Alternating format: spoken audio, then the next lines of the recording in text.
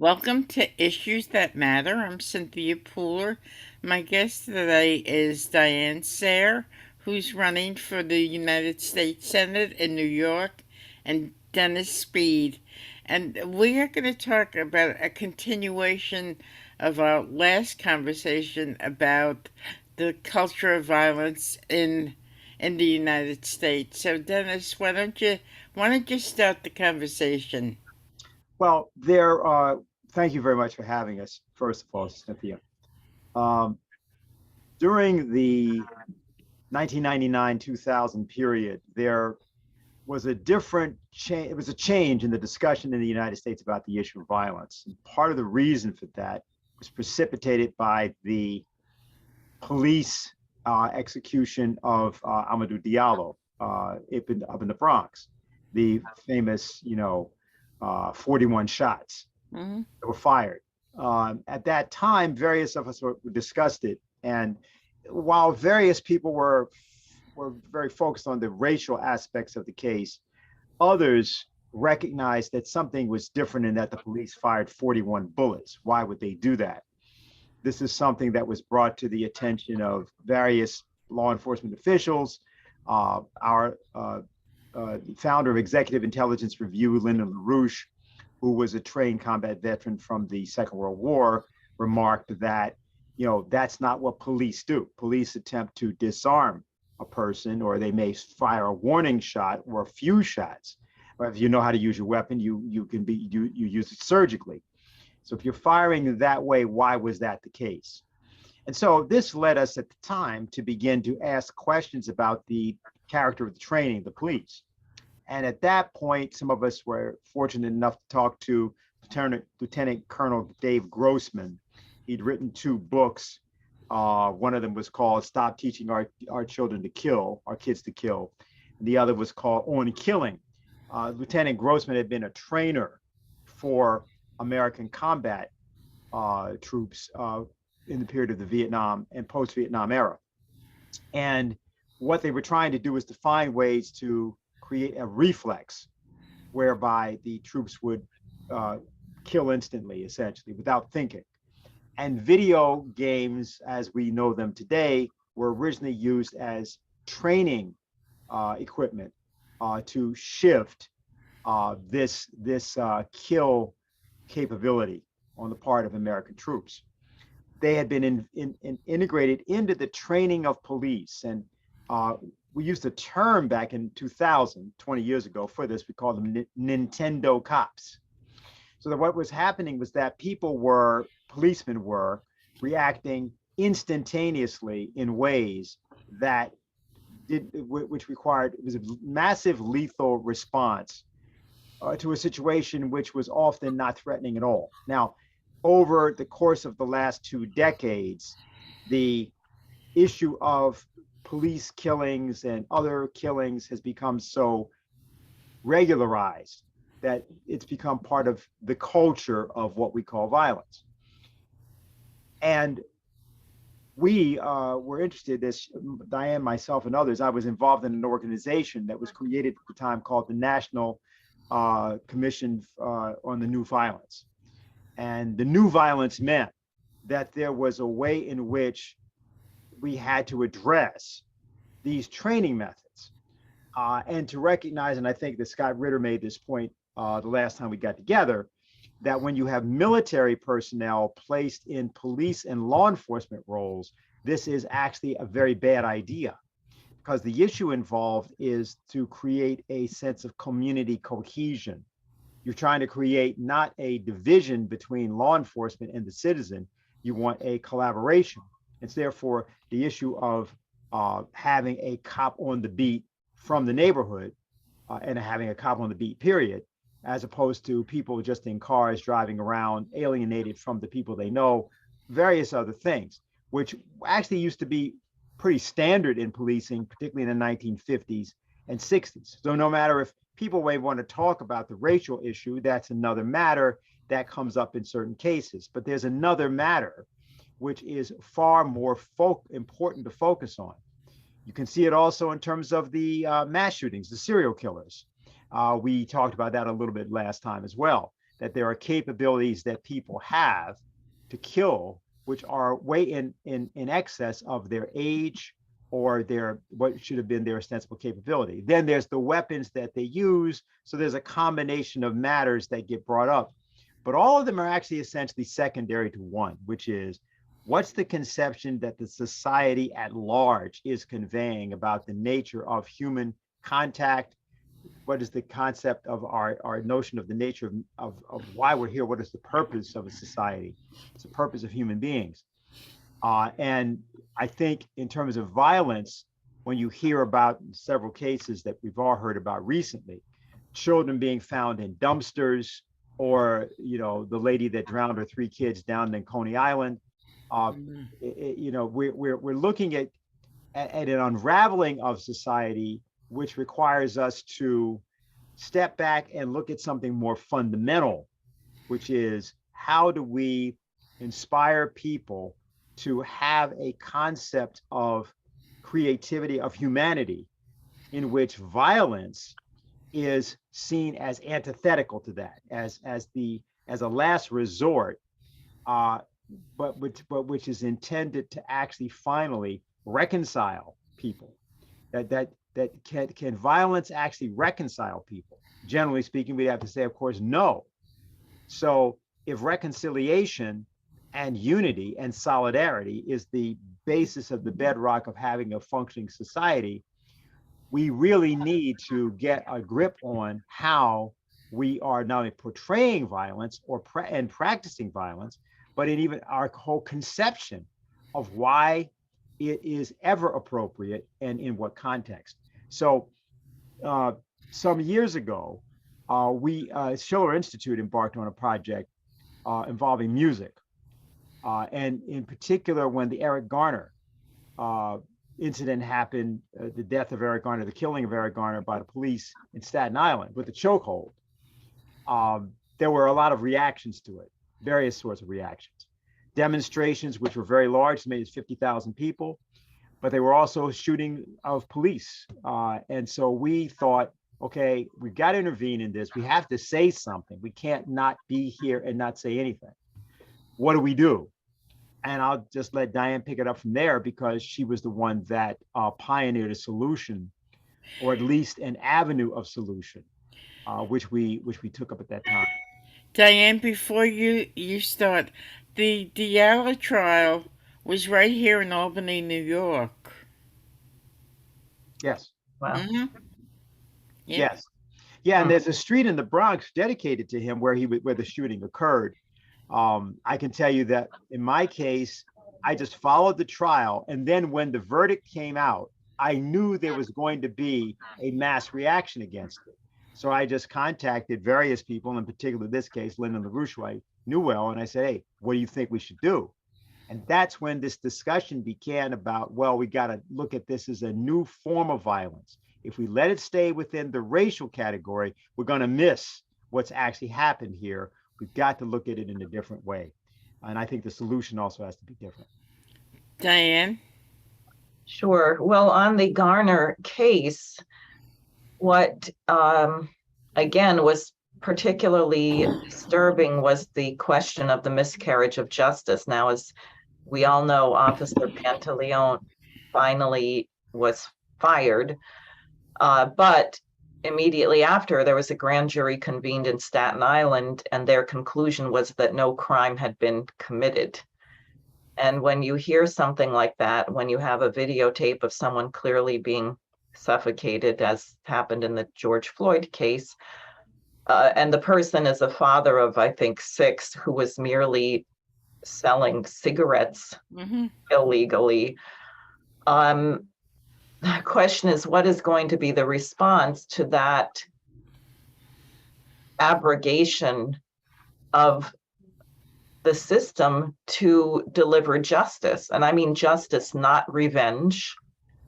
But the fear was, when you don't get justice, when a crime has been committed so blatantly and it's simply ignored or decided there was no crime, how do you get the discussion on a higher level so you can get it out of that domain of rage and revenge and victimization and retribution and all of those things that become a never-ending spiral to more and more violence and division. That's why actually Dennis and I were discussing, it was the Christmas season, Handel's Messiah, which of course was written to raise funds for an orphanage. It was not a piece of music for the elites, let me put it that way. And Handel himself had a particular commitment to the dignity of man. So we decided to hold a sing-along of Handel's Messiah dedicated to the idea that every single human being, every human life is sacred, and that has to be recognized, and we cannot resort to violence. We cannot have a society that is violent. And it was the case, as he mentioned, in this concert, which we pulled together on 6 days' notice. And to my surprise, 100 people showed up to sing. We recruited a kind of thrown together small ensemble of players with an extraordinary pianist, Bob Wilson, who kind of held the thing together, but conservatory students who wanted to do something, and some really wonderful soloists who wanted to also do something to elevate this discussion. And as I said, 100 people showed up. We sang, and people there said, well, you should really have a community chorus in Manhattan. This can't be a one-time thing. We have to continue this process. And out of that, the Schiller Institute NYC Chorus was born, the idea. And that chorus became quite an institution, with hundreds of people in the New York City area having come through it, thousands actually. It's a chorus where people don't audition. There are no auditions. Everyone is welcome. LaRouche at one point had said the chorus should have 5,000 members, which was a real challenge how to think about it. And he had a conception that the strong voices in each section would be sufficient, that all kinds of people who'd never sung before, couldn't read music, etc., would gravitate toward that leadership, and you would end up being able to perform difficult works, which turned out to be absolutely true. I mean, it really was amazing. And the chorus became a home for many people in the city who wanted to find a way to rise above this violent and obscene way that human beings tend to relate to each other. And we did, which we'll show at the end of this discussion, a series of performances on the 15th anniversary of the 9/11 attacks of the Mozart Requiem, concluding with the Amen from Handel's Messiah, and a number of African-American spirituals, which I don't think it was totally coincidental. At the same time we were doing these 4 concerts of the Mozart Requiem, the Congress overwhelmingly overturned Obama's veto on this bill, JASTA, the Justice Against State Sponsors of Terror, where the 9/11 families were trying to get the right to go after the Saudi government for aiding and abetting the hijackers or running whatever the role was in 9/11. And that passed at that same time in that same period. So I think the role of music is really critical because it provides a strength to your inner identity, which is the immortal part of us, not the physical part where we tend to live in fear, because if you worry about these things that are ephemeral, you always have to be afraid of something you're going to lose.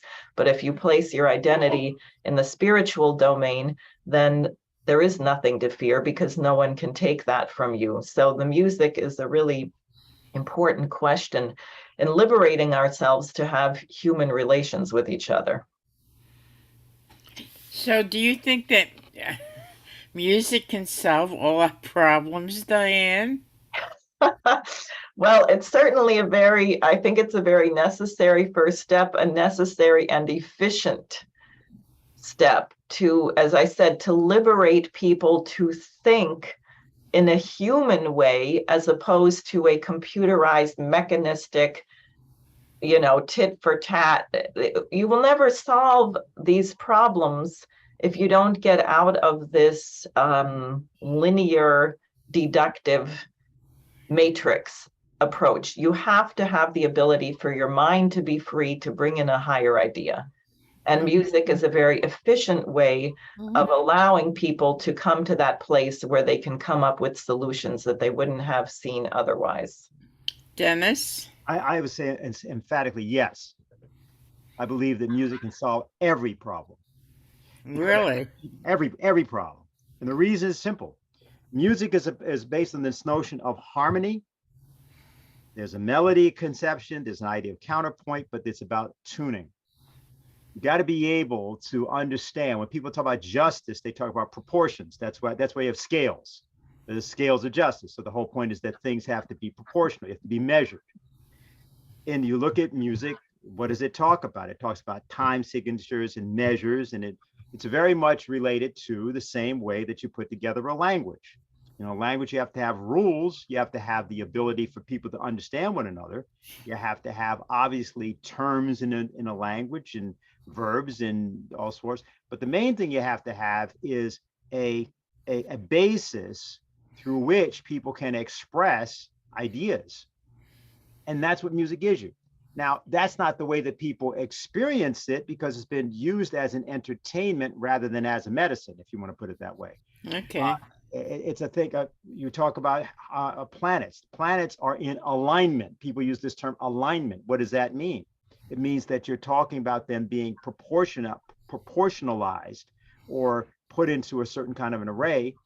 And people know about things called dissonance, noise. I mean, why is something noise?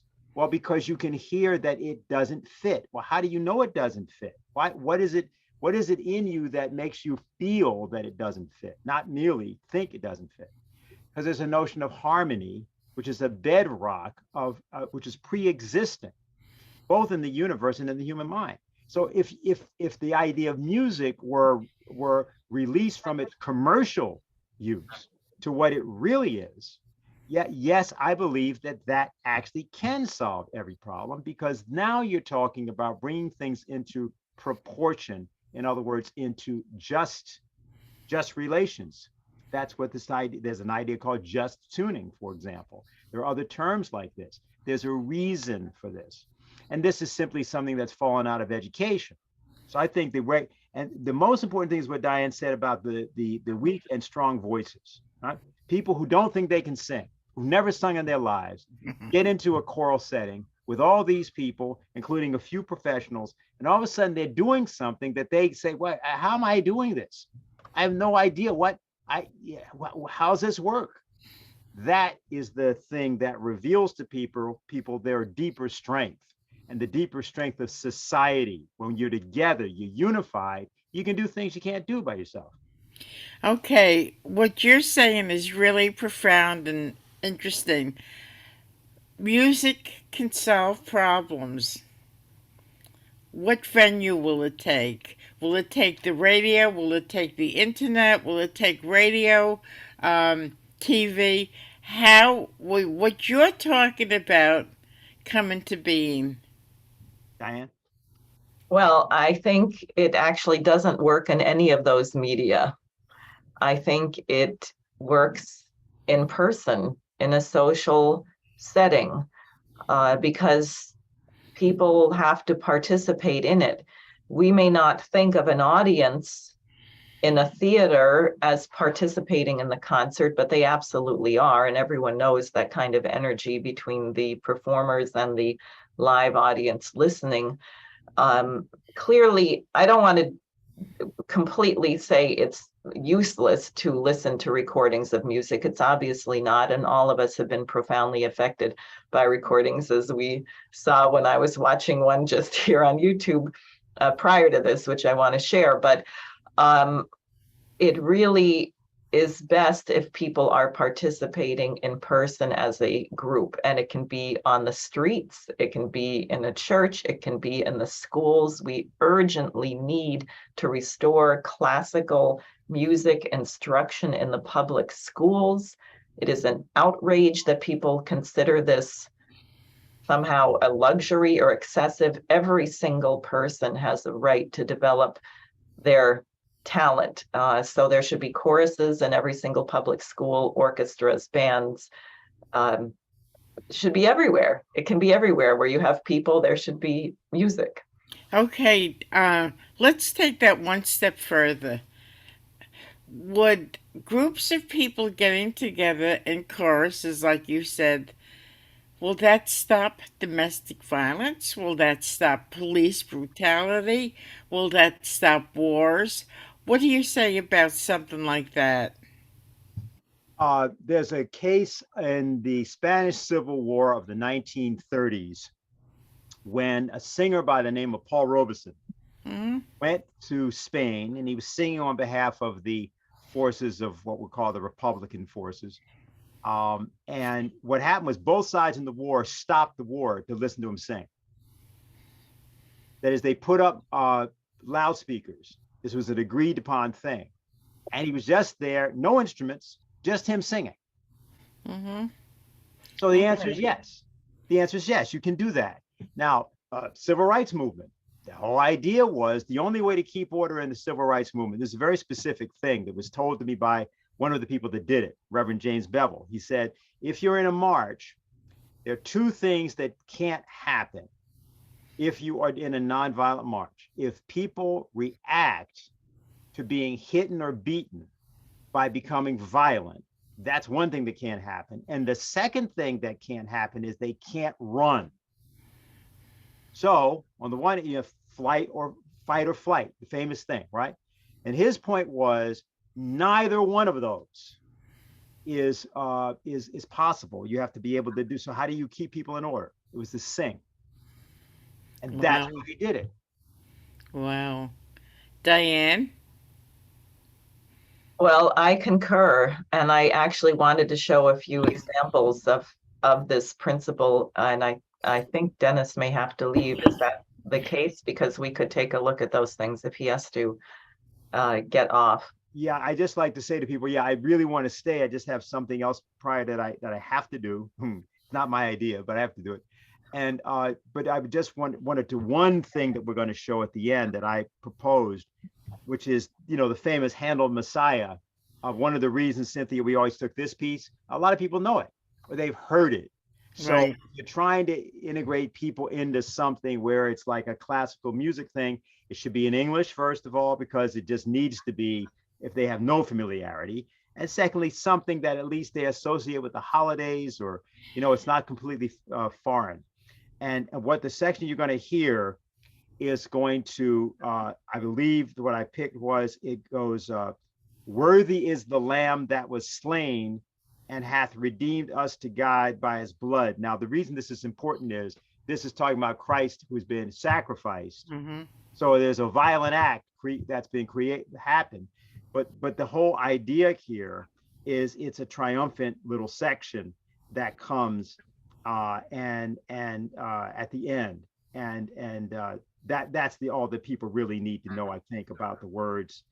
Uh, it just goes on. It says, blessing and honor, glory and power be unto him that sitteth upon the throne. And then the last word is amen. And so Diane's got that. I just wanted to let people know when you get to that, that's what it's all about. Okay, thank you. Thank Diane? you. Great, thanks. Yeah, before we get to that, I want to give people a couple little pearls, and I'm going to avoid playing, unfortunately, the whole thing because I realized YouTube may shut down our video.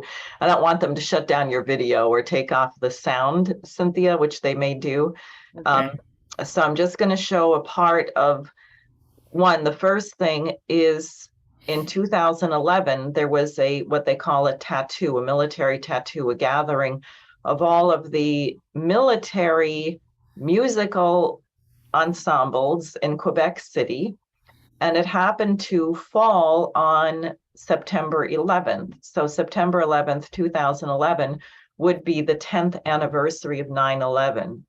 And what you're going to see is an incredible Russian baritone from the Russian Red Army Chorus, otherwise known as the Alexandrov Ensemble, singing God Bless America. And I'm just going to then forward it, and you will see a little boy, a little Russian boy who goes to the head of the NYPD chorus, Lieutenant Giorgio, and presents him with a white rose, a gesture from Russia in memorial for the lives lost and the service of the first responders on 9/11. And I think people watching this will agree that it is extremely powerful and gives us a pathway through which we could restore relations with Russia. And it doesn't have to take a million years, but again, from this domain. So I'm just going to show that for a moment here.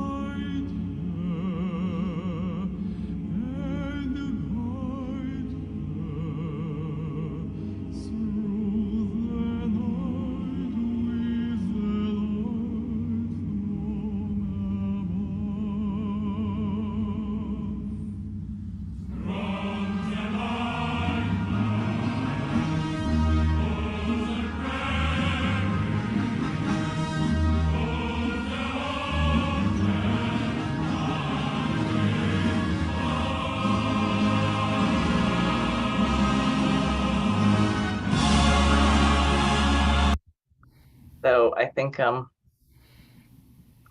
better stop sharing so you don't get, but look at that, right? The Russian Red Army chorus doing this dedication to the NYPD on the 10th anniversary of 9/11.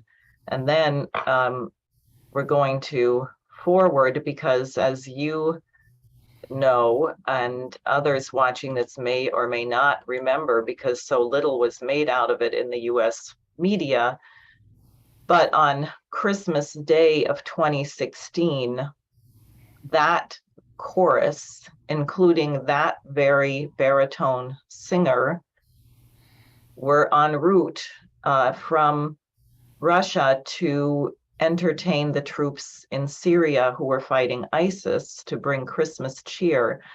And the plane crashed in the Black Sea, killing the entire ensemble, including that baritone singer. And this, to me, was so devastating. And I saw that Lieutenant Giorgio from the NYPD, who had received this flower, also expressed his condolences to the Russian people on this terrible tragedy. So we held a memorial in Bayonne, New Jersey, at the Teardrop of Grief, this statue that was done by Tsereteli, a Russian sculptor, as a gift presented actually by Putin at a ceremony with then former President Bill Clinton to the people of the United States, a gift from the Russian people in memory of all those who lost their lives to terrorism and a solemn pledge for collaboration to defeat terrorism. And it turned out, I don't know who made it that way, but we had basically a Siberian snowstorm for this ceremony. So you will see just the beginning of that, I think, and get a sense of this question of solidarity. Here we go.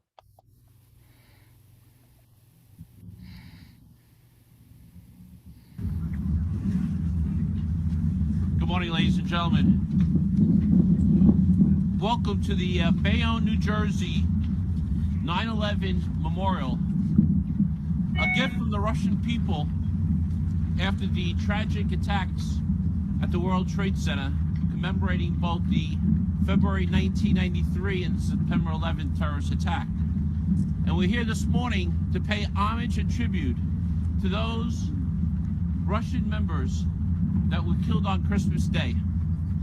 Everyone please remain standing for the presentation of our colors from the New York City Police Department Color Guard, the Bayonne Fire Department Honor Guard, and the American Legion Honor Guard, and the singing of both the Russian National Anthem and the United States National Anthem, which will be performed by the Schiller Institute Chorus directed by Diane Zare. And now our anthems.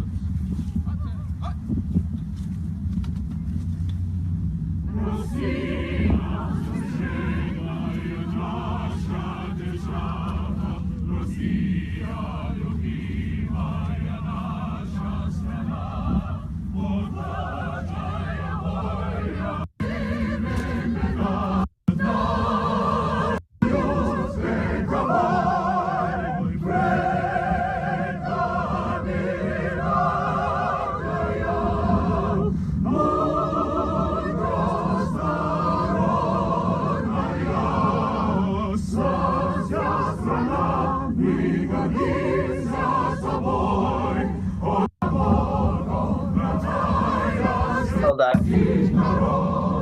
Wow.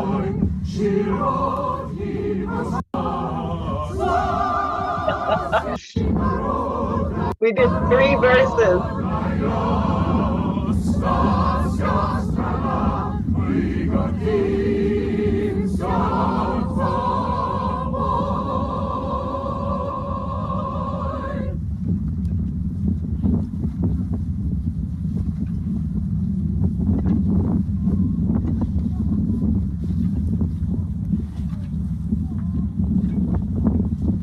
Who's that? Oh!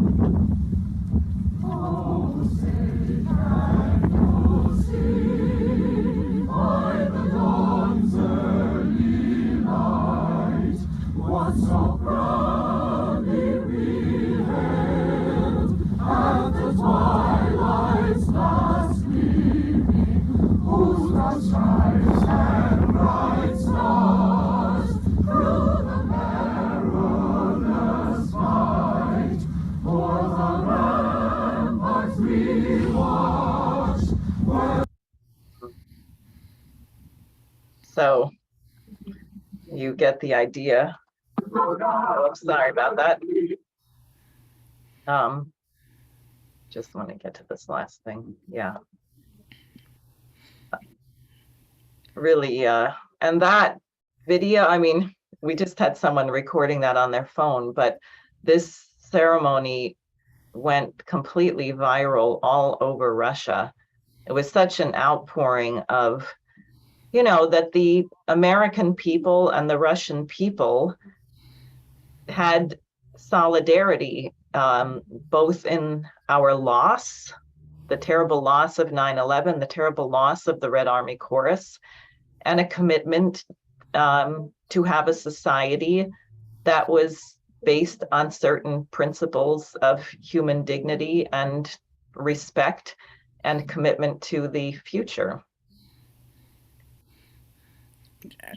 It's totally amazing. It really is. I think everybody should be watching that right now. We're on the brink. Wouldn't you say that's accurate? Yes, yes, we are. Okay. Absolutely. And we need this. And if you are ready, or if you want to conclude, I'll show that little snip of the "Worthy is the Lamb" that Dennis was talking about, which is the development of the chorus. You'll get to see the chorus as it came after years of work. We had rehearsals where only 3 people showed up and none of them could sing. That was the beginning. That was the beginning of it. We recruited a violinist to come and help us, who was playing in the subway. And just by consistently doing it every week, we developed a chorus of about 150 voices. And you'll hear the principle when you hear this performance, I think, that we succeeded in producing something very beautiful with a group of 90% totally amateur singers. Go ahead. Okay, here we go.